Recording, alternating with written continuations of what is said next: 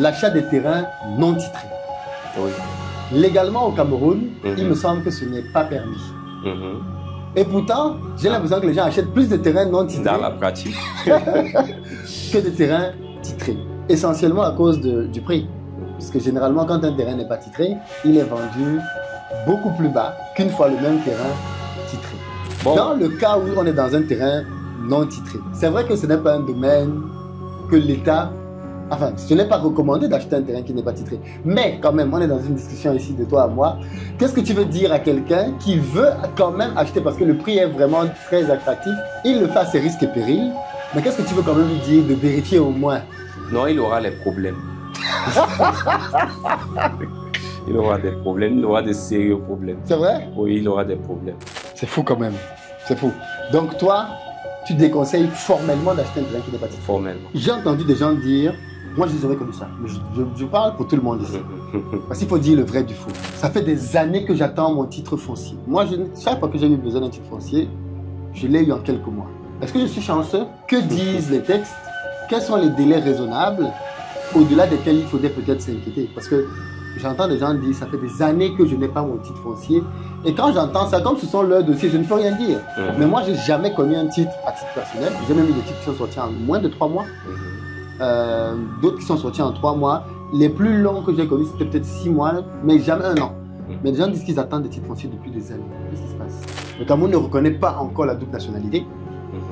Ça veut dire que quand quelqu'un, un Camerounais, prend une nationalité étrangère, il perd sa nationalité camerounaise. 2 questions. Que se passe-t-il de ces terrains qu'il avait acquis quand il était encore Camerounais, maintenant qu'il n'est plus Camerounais? J'imagine qu'on va se dire, il n'y a aucun problème, puisqu'il les a acquis quand il était encore Camerounais. Mais s'il veut les revendre, maintenant qu'il n'est plus Camerounais, il a quitté le pays, il veut vendre un terrain. Qu'est-ce qui se passe dans ces cas-là? Deuxième question, maintenant qu'il a une autre nationalité, s'il veut quand même à nouveau acquérir un terrain au Cameroun, qu'est-ce qui se passe dans ces cas-là? Les amis, aujourd'hui, on va discuter avec un clerc de notaire, un spécialiste des transactions foncières. On sait tous que l'achat de terrain est un domaine ultra sensible en Afrique qui divise et même malheureusement qui tue. Parce qu'il y a eu énormément de crimes autour des terrains. Quelqu'un m'a même dit que plus de 60% des affaires qui sont au tribunal dans nos pays sont des affaires liées au foncier. On va en discuter avec un spécialiste aujourd'hui qui va nous expliquer comment éviter des arnaques de terrain. La bonne nouvelle, c'est que même si vous êtes un Camerounais de la diaspora qui n'avez plus votre nationalité camerounaise, vous pouvez vous faire accompagner pour acheter des terrains au Cameroun. Je vous l'ai dit cette année à Back to Africa, je ramène des spécialistes. Donc si vous êtes Camerounais, vous vivez aux États-Unis, en France, au Canada, en Suisse, n'importe où, et que vous avez perdu votre nationalité camerounaise parce que le Cameroun ne fait pas de double nationalité, et que vous voulez acheter un terrain au Cameroun, il y a des structures qui vont pouvoir vous accompagner dans cette démarche-là. Donc venez à Back to Africa pour rencontrer les partenaires que l'on ramène cette année et qui vont vous accompagner à pouvoir obtenir ce qu'ils appellent ici le visa, donc l'autorisation du ministre. Parce qu'en fait, quand vous avez perdu votre nationalité camerounaise, vous pouvez obtenir de la part du ministre une dérogation vous autorisant à pouvoir acheter un terrain. Et c'est parfaitement possible et beaucoup de gens le font en réalité. Mais c'est juste que quand on ne sait pas comment s'y prendre, on peut penser que c'est sorcier, que c'est très compliqué, que c'est comme tout. Quand on ne sait pas, là, c'est plus compliqué. Mais quand on sait, c'est plus simple. Donc, si vous êtes dans la diaspora et que vous voulez acheter un terrain, que vous n'avez plus votre nationalité, il n'y a pas de problème. Si vous voulez acheter un terrain, eh bien, vous le savez déjà, avec les partenaires que je ramène cette année à Back to Africa, vous pourrez acheter des terrains à partir de 1000 francs CFA au Cameroun. Vous aurez la possibilité d'acheter des maisons aussi. Et l'autre bonne nouvelle que j'ai envie de partager avec vous, c'est que justement, les inscriptions sont ouvertes. Vous avez les liens dans la barre de description à des tarifs hyper bas. En ce moment, vous pouvez avoir vos tickets à 150 € au lieu de 450 et à 90 €, à 99 € plutôt, en stream au lieu de 300. On a divisé les prix par 3 globalement. Et on a prévu un certain nombre de tickets. Dès que ce nombre-là sera atteint, on va augmenter les prix. Donc dépêchez-vous de prendre vos tickets maintenant à prix hyper réduit pour être sûr d'avoir les prestataires, les contacts des prestataires, d'être dans la liste des personnes qui pourront acheter des terrains. Bref, Cameroun, Côte d'Ivoire, on est en train de voir pour le Sénégal. Venez à Back to Africa. Je veux vraiment faire de cet événement la rencontre pour faire du business en Afrique, pour toutes les personnes qui veulent réellement faire du business en étant sécurisé. Je suis au Cameroun en ce moment, je suis venu rencontrer plusieurs des prestataires pour m'assurer que ce qu'ils vont vous proposer est viable et vous permettre de pouvoir faire les meilleures affaires possibles. Mais pour le moment, allons discuter avec le clerc de notaire qui va ensuite vous rassurer par rapport à ce que la loi dit et ce que la loi ne dit pas. Et vous ne pourrez plus vous faire arnaquer après cette vidéo. Si vous vous faites encore arnaquer, c'est votre faute. C'est parti!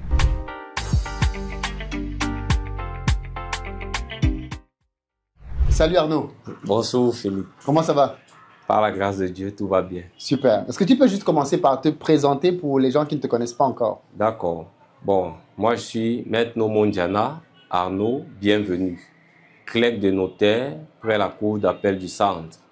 Donc, je suis également consultant auprès de la société, l'entreprise Gifor, dans laquelle nous sommes. Très bien. Moi, j'ai voulu discuter un peu avec toi parce que tu es clerc de notaire. Donc, tu parles au nom de la loi. Tu maîtrises en tout cas le sujet de la loi. Et au niveau des terrains, on sait qu'il y a... C'est un domaine qui souffre énormément de mauvaise réputation à cause des arnaques. D'après toi, qui est dans ce domaine depuis bien longtemps maintenant, qu'est-ce qui fait que ce domaine-là, il y ait autant d'arnaques dans les terrains, malgré les années qui passent? Bon, la seule chose que je peux dire, c'est le manque de culture, le manque d'information, parce que celui qui voudrait acquérir un terrain doit se rapprocher du notaire, le notaire qui est le garant des patrimoines des individus. Donc, lorsque déjà tu veux passer une transaction immobilière et même mobilière, lorsque tu as une convention, parce que par définition, le notaire est celui qui authentifie tous les actes et les conventions entre les parties. Dès l'instant que tu voudrais t'accorder avec quelqu'un sur quoi que ce soit, il faudrait te rassurer que tu te rapproches d'un expert qui puisse te donner la consultation, l'information nécessaire. C'est donc pour ça que plusieurs donc s'en vont juste, je sais pas, dans des endroits, des sites qui leur plaisent, ils versent l'argent aux propriétaires, qui leur promet verbalement de leur, qu'ils sont devenus propriétaires sur ce titre, ce qui entraîne donc, comme on a dit tout à l'heure, beaucoup de frustration, d'arnaques et de faux, double vente, filouterie et autres. Donc pour toi, la première origine des arnaques, c'est la naïveté en fait. Oui, ne pas s'entourer des experts du domaine. Dès l'instant que tu as un notaire, il te dira que, par exemple, pour avoir un terrain, pour acquérir un terrain, il te faudrait des documents comme voir un titre foncier. Est-ce que le terrain est titré? Est-ce qu'il appartient à la personne qui se présente devant toi comme le propriétaire? Il faudrait voir un titre foncier qui est comme un acte de naissance d'un terrain. Parce que plusieurs terrains sont du domaine national et le domaine national appartient à l'État. Donc, quelqu'un peut être propriétaire coutumier, mais de façon officielle ou légale, le fait d'être là depuis plusieurs années sans titre foncier ne te rend pas automatiquement propriétaire tant que tu n'as pas fait les formalités pour avoir les documents. Donc, le titre foncier est l'élément central pour une transaction immobilière. Bon, il y a des documents donc complémentaires. Lorsque tu as un titre foncier, il peut y avoir beaucoup de changements. Voilà pourquoi il faut avoir un certificat de propriété. Certificat de propriété, pourquoi? Au départ, le titre pouvait être au nom d'une personne qui décède, ses enfants font des formalités, ils sont les nouveaux propriétaires. Donc, c'est le certificat de propriété qui pourra te donner l'information de qui, à ce jour où tu passes ta transaction, est déjà propriétaire et qui a des droits sur ce terrain. Donc, deux documents. Le titre foncier qui est un peu la pièce d'identité du terrain, qui te dit qui est le réel propriétaire, et un certificat de propriété généralement daté de moins de 3 mois, je crois. Daté de moins de 3 mois, validité 3 mois. Bon, ce ne sont pas les seules pièces. Oui, mais ce sont les bases au moins. Voilà, les pièces centrales. Oui. Les pièces complémentaires, lorsque c'est un terrain urbain, il faut un certificat d'urbanisme. Ça, c'est très important. Avant d'acheter? Avant d'acheter. Pourquoi c'est important ça? Le certificat d'urbanisme va te donner les informations de tout ce qui peut, des projets, tout ce qui peut encadrer, tout ce qui peut, s'il y a un projet de route, s'il y a un projet, je ne sais pas, de construction d'une usine, si le terrain peut être mis en valeur, peut être viable. Mais tu ne t'en rends pas compte. Mais moi, j'ai eu une surprise. Heureusement, j'ai acheté un terrain une fois. À Yaoundé, et la dame qui m'a vendu le terrain m'a appelé des années après pour me dire on a un voisin là qui est en train de se séparer d'une parcelle juste à côté de la mienne, super bonne opportunité, je crois que c'était 35 millions et il s'est séparé de 200 mètres carrés. On est dans les zones de Bastos, tout ça, dans les super zones, et j'étais très prêt à ce moment-là. Donc c'est pas que ça m'intéressait vraiment, mais comme je n'étais pas au Cameroun, aller commencer à faire les vacations, c'était un peu compliqué. Je me suis dit, ok, d'accord. Le temps de me retourner, quelqu'un savait d'acheter ça.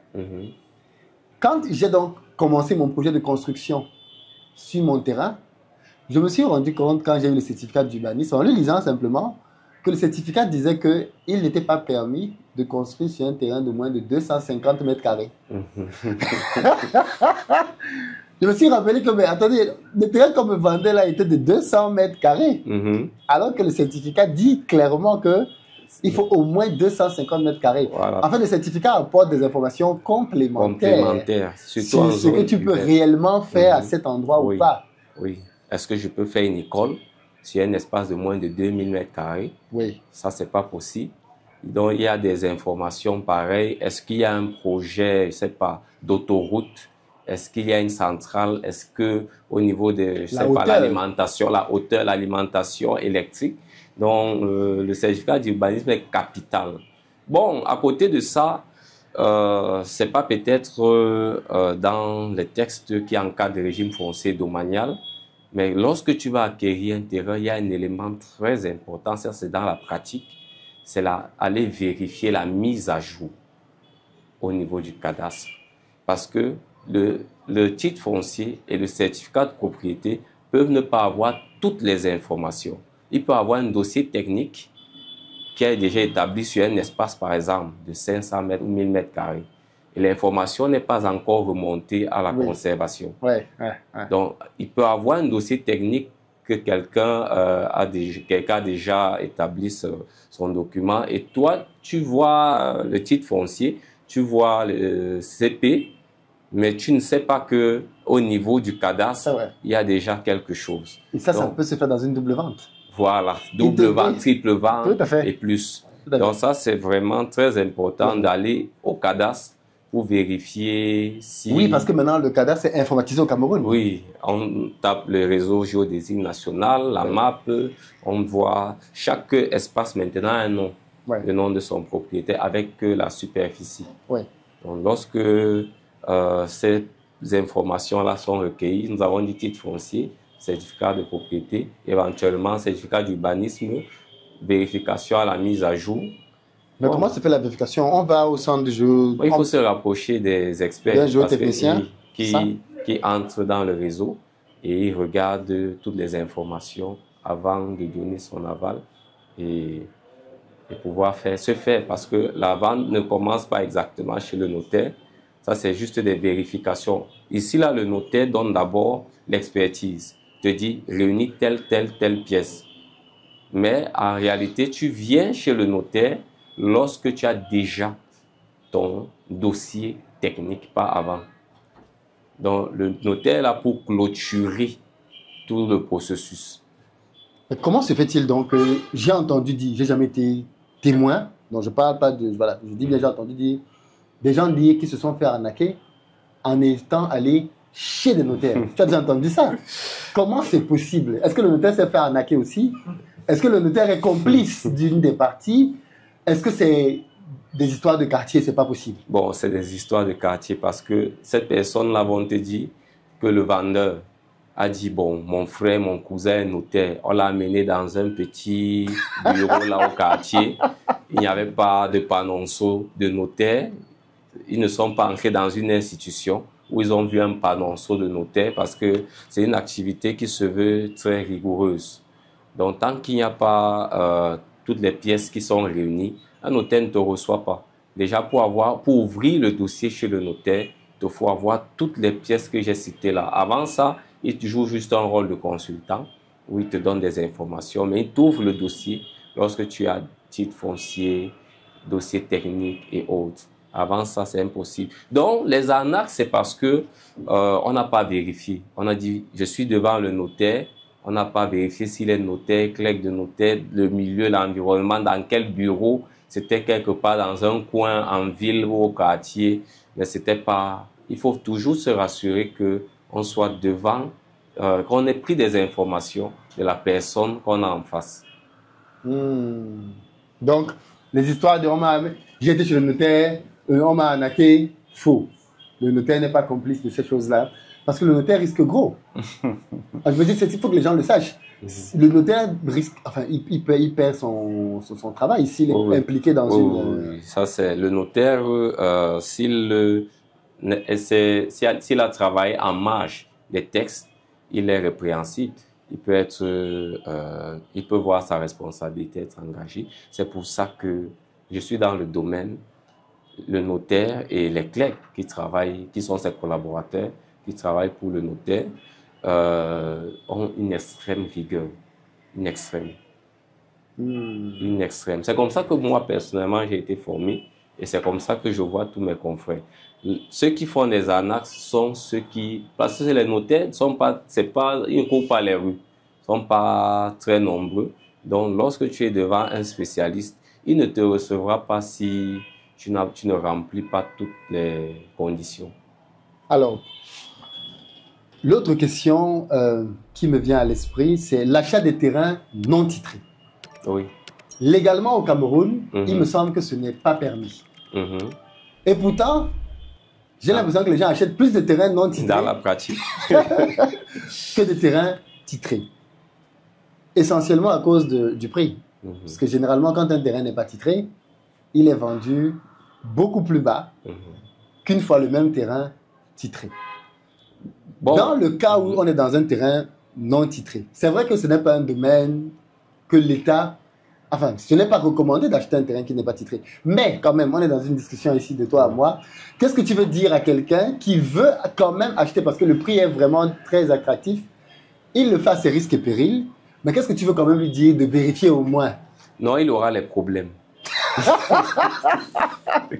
Il aura des problèmes, il aura de sérieux problèmes. C'est vrai? Oui, il aura des problèmes. Parce que seulement, voyez-vous, dans une procédure d'immatriculation, c'est-à-dire une procédure qui doit aboutir à l'obtention d'un titre foncier, tu es en train d'immatriculer. Tu dis, bon, ma famille est ici sur ce site depuis des décennies. Et l'État te donne donc la faculté de pouvoir établir un titre foncier sur ce site-là. Bon, tu t'en vas donc pour faire sortir, mais un voisin riverain vient quand même dire non, il est en train de prendre plus d'espace que ce qu'on reconnaît. Il fait une opposition. Et l'opposition, au niveau de la conservation foncière, t'empêche de pouvoir avoir un titre foncier, même comme tu l'occupes depuis des générations. Donc, vous voyez que celui qui vient donc au milieu là, parce que un papa t'a dit, c'est mon terrain, tu lui verses l'argent. Demain, lorsque tu veux sortir ton titre foncier là, les riverains, non, c'est très risqué. C'est pour ça que nous sommes dans une entreprise comme GIFOR, qui, heureusement, peut avoir des terrains très moins chers et qui sont titrés, qui sont lotis. 500 000 francs. GIFOR réussit à avoir des terrains. C'est fou quand même. C'est fou. Donc toi, tu déconseilles formellement d'acheter un terrain qui n'est pas titré? Formellement. Parce que dans tous les cas, effectivement, si le terrain n'est pas titré, en fait, tu ne sais pas d'où peuvent venir les problèmes. Même si la personne est de bonne foi. Même s'il est en fait, il est de très bonne foi. Mais toutes les cartes ne seront pas entre ses mains. Ce sera moins cher, mais au moment d'établir. Parce que pour que le titre foncier soit établi à cet endroit-là où il n'y a pas de titre foncier, qui est du domaine national. Et le domaine national, légalement, appartient à l'État. Donc, le domaine national n'appartient pas à un individu. Lorsque cet individu voudrait donc mettre ce terrain en son nom, il y a des conditions. Et là, le sous-préfet fait une descente avec une commission. Et lorsque le sous-préfet descend, tous les riverains sont là. Quelqu'un qui veut te nuire, qui a un problème avec toi, dont la tête énerve, les grands-parents avaient des problèmes depuis, il vient, il bloque. Et le conservateur ne peut pas aller à l'encontre de cette opposition. Et là, tu as dans des années de procédure. De procédure. Tu seras peut-être sur le site, mais tu n'auras jamais de documents. Tu ne pourras pas les léguer à tes enfants. Tu ne pourras pas les utiliser. Tu ne pourras pas les faire valoir quelque part. C'est très compliqué. Waouh. Il est préférable peut-être d'aider le soi-disant propriétaire ou le propriétaire déclaré à faire sortir son titre en son nom et après venir faire son morcellement. Ok, très bien. Ça, ce sont les principales arnaques. Hein? C'est-à-dire acheter un terrain qui n'est pas titré. Et quand même on achète un terrain qui est titré, ne pas faire les vérifications d'usage. Toi, en tant que clerc de notaire, qu'est-ce que tu rencontres d'autres comme cas? Bon, en fait, ce sont les cas cités. Ce sont les cas cités. en matière, on parle des gens qui se plaignent de double valeur. Moi, en tant que clerc notaire, je peux écouter des gens se plaindre, mais je ne les rencontre pas en face. Parce que en face, lorsque quelqu'un vient, par exemple, nous parlons d'immobilier, je, je demande les pièces requises. Si les pièces ne sont pas requises, je vous renvoie tout simplement. Allez faire les pièces et revenez. Si vous ne les avez pas, même si on supplie, n'importe comment, là c'est aller à l'encontre de ce qui est établi. Donc, bon, mais dans des causeries, dans des commentaires, ce seront des plaintes, il y a eu triple vente, double vente, mais en face, au bureau, vous savez qu'un notaire est souvent très occupé. Donc, lorsque tu viens, il te donne la liste des pièces qu'il te faut pour être reçu et ouvrir un dossier. Si elles ne sont pas réunies, il te canalise des endroits où tu peux aller te les faire établir, ensuite tu reviens. J'ai entendu des gens dire, moi je les avais connu ça, mais je parle pour tout le monde ici. Parce qu'il faut dire le vrai du faux. Ça fait des années que j'attends mon titre foncier. Moi, chaque fois que j'ai eu besoin d'un titre foncier, je l'ai eu en quelques mois. Est-ce que je suis chanceux? Est-ce que disent les textes? Quels sont les délais raisonnables au-delà desquels il faudrait peut-être s'inquiéter? Parce que j'entends des gens dire, ça fait des années que je n'ai pas mon titre foncier. Et quand j'entends ça, comme ce sont leurs dossiers, je ne peux rien dire. Mais moi, je n'ai jamais connu un titre à titre personnel. J'ai même eu des titres qui sont sortis en moins de 3 mois. D'autres qui sont sortis en 3 mois. Les plus longs que j'ai connus, c'était peut-être 6 mois, mais jamais 1 an. Mais les gens disent qu'ils attendent des titres fonciers depuis des années. Qu'est-ce qui se passe? Bon, il y a 3 administrations qui entrent en jeu. L'étude du notaire, l'administration fiscale et le ministère des Domaines via la conservation foncière. Donc, lorsque un acte de vente est signé, vous venez là, vendeur, acquéreur, vous signez devant le notaire. La première administration, dans l'étude qui vous reçoit, le notaire signe avec vous, il formalise l'acte, il met un numéro de répertoire et il envoie le document au niveau des impôts, comme on dit. C'est donc là-bas, ce n'est plus du ressort du notaire parce qu'il devient à ce moment-là un usager qui s'en va déposer un dossier pour traitement au niveau des impôts. Il ne peut pas influencer parce qu'il n'est pas des impôts. Il n'est pas... donc, du coup, les impôts prennent le temps qu'il leur faut. Il est bon possible qu'après avoir déposé le document aux impôts, l'usager lui-même puisse aller, il peut avoir les références du dépôt, suivre son dossier s'il est très pressé et voir comment ça évolue. Donc, très souvent, nous subissons des pressions parce que nous n'avons plus le contrôle à ce moment-là. Nous devenons aussi des personnes qui savons suivre, est-ce que c'est traité? Non, pas encore, attendre et tout. Et s'il faut aller voir le directeur général des impôts, pour chaque dossier, vous voyez qu'il a toute une équipe, des équipes qui traitent les dossiers. Donc voilà, à ce niveau où parfois il y a une attente. Et des dossiers, une chose aussi, sont parfois redressés au niveau des impôts lorsque la valeur n'atteint pas celle de la prévue dans la mercuriale. Les impôts redressent, tu informes un usager que son dossier est redressé, lui se dit que le notaire va peut-être faire un miracle. Pourtant, les impôts réclament une somme plus élevée que celle que le notaire a perçue. Et le dossier s'en va donc faire des mois, voire des années là-bas, parce qu'il faudrait que l'usager règle au niveau du service public, de la comptabilité, de la fiscalité, ce qu'il doit. Et voilà donc tout ce qui peut faire traîner un dossier. Mais lorsqu'il est sorti des impôts, le dossier, le notaire envoie tous les éléments qu'il faut au niveau du conservateur pour faire établir. Et là-bas aussi, vous allez voir, c'est pas le notaire qui signe le titre foncier. Il n'a sa signature nulle part. Il envoie un document, une exposition qu'il signe. Mais maintenant, c'est à la conservation de prendre le temps qu'il faut pour remplir le livre foncier, délivrer une copie originale. Et à ce niveau aussi, il n'y a pas de contrôle. Juste suivre jusqu'à ce que ça sorte. Ok. Je veux maintenant qu'on termine en parlant de la diaspora. Mhm. Deux cas de figure. Le Cameroun ne reconnaît pas encore la double nationalité. Mhm. Ça veut dire que quand un Camerounais prend une nationalité étrangère, il perd sa nationalité camerounaise. Mhm. Deux questions. Que se passe-t-il de ces terrains qu'il avait acquis quand il était encore Camerounais, maintenant qu'il n'est plus Camerounais? Mhm. J'imagine qu'on va se dire, il n'y a aucun problème, puisqu'il les a acquis quand il était encore Camerounais. Mhm. Mais s'il veut les revendre, maintenant qu'il n'est plus Camerounais, il a quitté le pays, il veut vendre un terrain. Qu'est-ce qui se passe dans ces cas-là?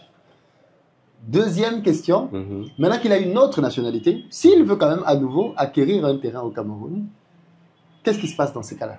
Bon, dans le premier cas de figure, il a acquis des terrains étant camerounais. Oui. Ensuite, il a eu une nationalité étrangère. Oui, Il reste propriétaire. oui. Il reste propriétaire parce que les terrains sont en son nom. Il n'a pas changé de nom. Il est resté. Et ce n'est même pas interdit à un étranger de posséder des terres au Cameroun. Donc, il reste, même ayant sa nationalité étrangère, il peut céder. Il peut les vendre. Il se rapproche, comme j'ai encore dit tout à l'heure, d'un notaire. Et un étranger qui vend un terrain, il suffira de montrer tous les éléments qui permettent de l'identifier. Oui. Il passe à transaction. Bon, pour le deuxième cas de figure, il est déjà étranger Oui. et il voudrait acquérir. C'est toujours possible. Donc, ce n'est pas impossible. Il a une nationalité étrangère, mais il ne vient pas comme un Camerounais. On ne le reçoit pas tout simplement avec sa CNI. Il faudrait d'abord que le ministère du cadastre lui donne une autorisation en tant qu'étranger. S'il n'a pas cette autorisation, il ne peut pas acquérir. Il commence là-bas, il fait une requête où il sollicite acquérir un espace, il donne le motif. Et si le ministre trouve bon et juge qu'il puisse avoir cela, il lui délivre donc une autorisation du ministère. Et avec cette autorisation, il vient chez le notaire. D'après ton expérience, au cabinet, est-ce que tu vois des autorisations passer ou c'est très rare? Il y en a. Ah bon, il y en a? Oui, il y en a. Ok. Il y en a. Il y en a. J'en ai déjà vu plusieurs, il y en a. C'est pas exceptionnel. Non, c'est pas quelque chose, c'est tellement simple. Donc, il faudrait juste aller voir le ministre du cadastre. Quand je dis le voir, c'est faire sa requête et il autorise lorsqu'il juge nécessaire, bon, peut-être pour l'avancement, pour l'objectif visé et autres. Il y en a, ce n'est pas quelque chose de mystérieux. Ok, très bien. Ben écoute, moi, c'était un peu les points que je voulais voir avec toi, histoire d'éclairer la lanterne des Camerounais d'ici et d'ailleurs, pour qu'ils soient rassurés, notamment sur ce dernier point-là, ils peuvent acheter, non, ils peuvent même faire leur demande. Oui, ils font leur demande. Ils le constituent, se rapprochent des services, ils font une requête, on va les orienter comme on veut là-bas et le ministre va leur délivrer. Parce que ça, c'est très important. Cette autorisation d'acquérir, ils mettent la superficie, le lieu, l'emplacement et ce pourquoi ils voudraient acquérir. Donc, ça, c'est simple. Il n'y a rien vraiment. Le Cameroun est une terre d'accueil, dont les étrangers ne sont pas mis à l'écart. Il y en a beaucoup qui vivent avec nous et nous sommes le Cameroun est renommé pour être un pays accueillant. Donc, s'ils veulent même demeurer avec nous, ce n'est pas les autorités qui vont leur faire obstacle. Très bien. On terminera donc sur ces belles paroles. Le Cameroun, c'est un pays d'accueil. Donc, tout le monde peut avoir un terrain au Cameroun, enfin, les non-camerounais. Il y a une procédure par le ministère et apparemment, il y a des dossiers qui passent. Je n'avais aucune idée par rapport à ça. Donc là, on comprend qu'il y a des gens qui font cette procédure et qui ont leurs documents in fine. Et donc, ne soyez pas découragés, les amis. Par contre, je pense qu'on a appris beaucoup de choses pour éviter les arnaques. Si tu te fais encore arnaquer, c'est ta faute parce que là, va voir un notaire, quel qu'il soit. Puis, est-ce que c'est nécessaire d'avoir deux notaires sur un dossier? Parce qu'il y a souvent cette histoire de j'ai mon notaire, tu as ton notaire. Un notaire, c'est suffisant. Peu importe la partie qui ramène le notaire, dès qu'il y a un notaire dans l'affaire, il faut être rassuré. Dès que c'est un notaire et que il est un vrai notaire, c'est suffisant. Très bien. Donc, ne Ne vous embarrassez pas si ce n'est... Parce que j'entends souvent les gens dire ça. Oui, mais c'est pas mon notaire, je dois mettre mon notaire dans la partie. C'est pas nécessaire. Bon, en fait, ce que je peux dire par rapport à ça, c'est que plusieurs personnes ont déjà eu à traiter peut-être avec des notaires en particulier, donc ils ont eu le temps de se familiariser, de créer un climat de confiance surtout. Donc ça fait en sorte que surtout lorsque tu es à l'étranger, il y a une personne qui a déjà géré tes dossiers peut-être 1, 2, 3 fois et sachant tout ce qu'il y a dehors. Je te dis non, je me refais à tel parce que je sais que si ce qu'il me dit, c'est ce que je suis et chaque fois ça aboutit. Voilà pourquoi il y a souvent ce conflit. Mais il faut savoir que les notaires sont territorialement compétents. Et c'est aussi ça qu'il faut prendre en compte. Donc, parfois, il faut juste chercher celui qui est compétent sur l'espace territorial. Merci beaucoup. On te souhaite d'être bientôt notaire, parce que c'est l'étape d'après. Amen. Et que Dieu te fasse grâce dans ton boulot. Amen, merci. Merci beaucoup. Ciao, ciao les amis, j'espère que tout est très clair pour vous. Peace.